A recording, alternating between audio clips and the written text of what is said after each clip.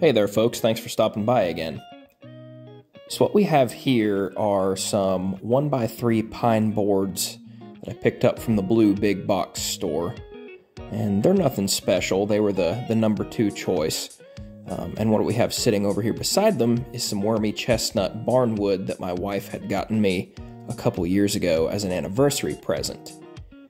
Now, what we have in the house is a toddler who loves to help her mother and me with anything on the kitchen counter. So what I'm going to be working on today is going to be a kitchen helper or a toddler stool or whatever you want to call it.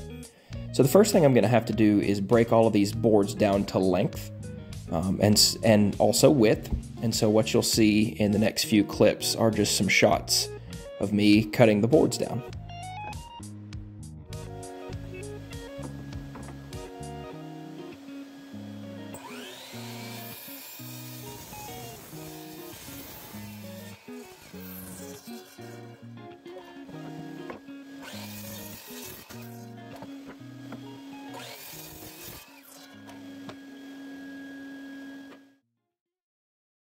I decided to rip the chestnut slightly oversized the 6-inch mark that I was shooting for so I could clean both edges up.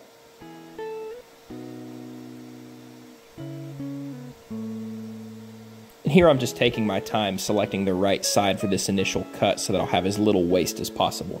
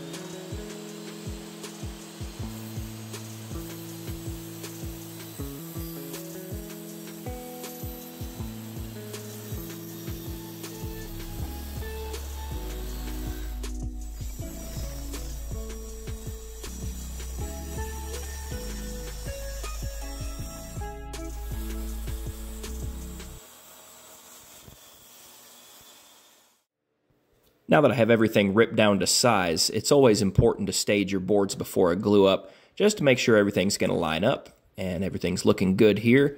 And these boards are going to become the platform that she stands on.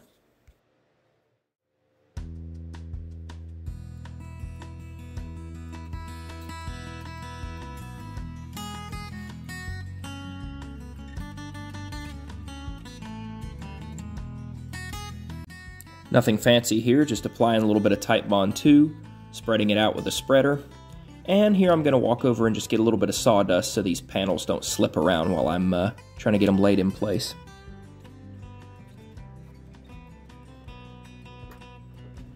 It's always important on a panel glue up to make sure you're applying pressure from both sides nice and evenly. There's no reason to torque these clamps down, and then I'll come back in and apply a clamp on the top side to sort of counterbalance the pressure so it doesn't tend to bow in one direction or the other. And again, you really don't have to torque these down.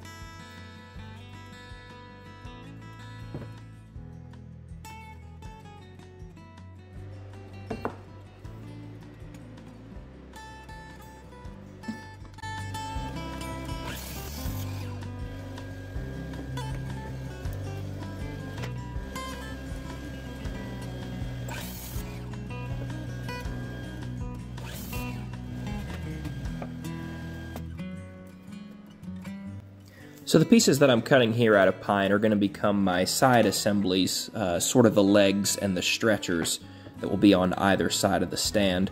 And I decided I'm going to go with half lap joinery. So here I'm just taking the piece that will be lapping into the other and using it to mark my half lap location. And I'm just using a square here to make sure that I can get everything squared up and carrying my lines around the end.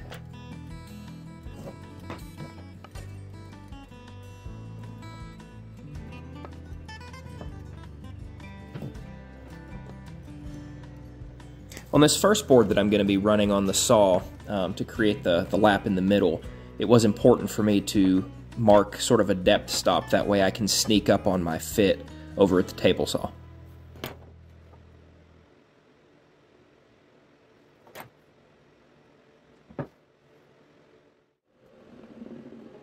So here I'm just fiddling with my combo square, setting my blade based off of its height. I'll wait until it kisses the surface of the square, and then I'll back it off just a bit. I'd rather have it be a little too shallow than too deep initially. After all, it is easier to remove more wood than it is to add wood to.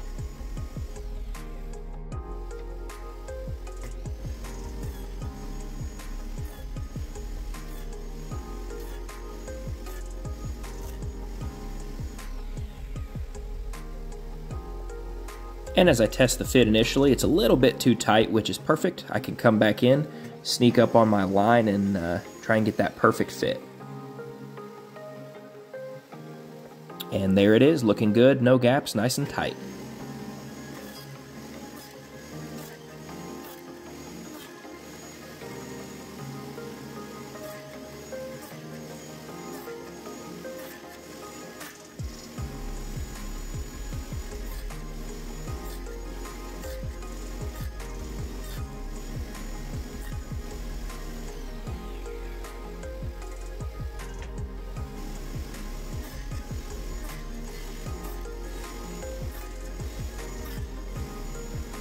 One of the more important things as I plow out all of this material is to really pay attention. These repeatable actions can get very monotonous, and it's really easy to let your mind wander. So it's always important with the table saw to pay attention, but it's super important to pay attention when you're doing repeatable cuts.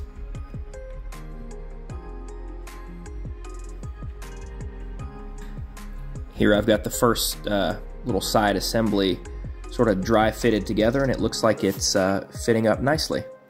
Now it's time to transfer the marks from the first assembly over to the second. This will save me doing some measuring, and I noticed that I have a considerable bow in a couple of my pieces here, so I'm just going to clamp them together.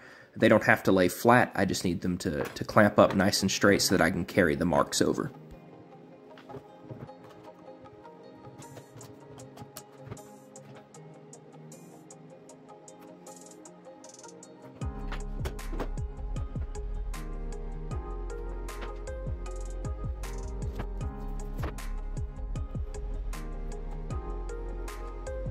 And here we go again with the glue up. I'm just using Titebond 2 again. Have all my pieces staged up and ready to go. Have clamps on hand, which I won't be needing for this one because I'm using 5/8 brad nails to hold everything together while the glue dries. And then if everything looks good, I'll just come back in with some wood filler and fill the holes in after the fact.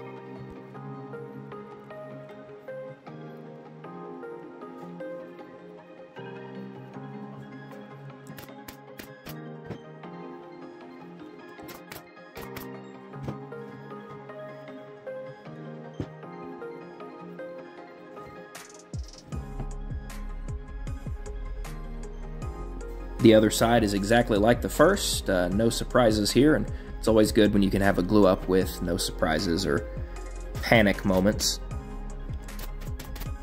And in case you were wondering, throughout the video you may have seen my thermal shirt. Yes, it is in fact inside out. I wear it that way so that it'll drive people like my wife and folks with OCD crazy, so enjoy.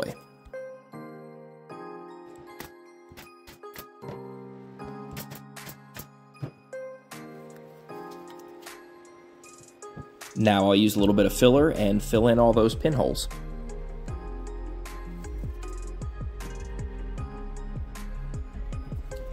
So here you might notice I'm not using a putty knife to apply this wood filler. My favorite method is just to use a glove.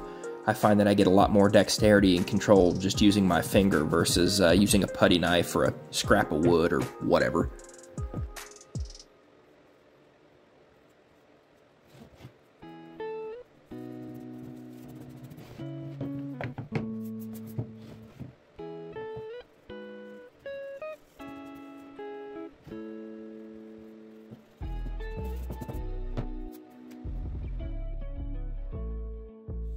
Here we have our two side assemblies and our, I guess we can call it the bottom panel, the platform piece, all gluing up and drying. I'm just going to leave these sit overnight, and then when I come back in, hopefully tomorrow, I'll work on the cross braces and do some edge profiling and just sort of soften up all the hard edges. I don't want there to be any risk of splinters or cuts or anything like that for my little one.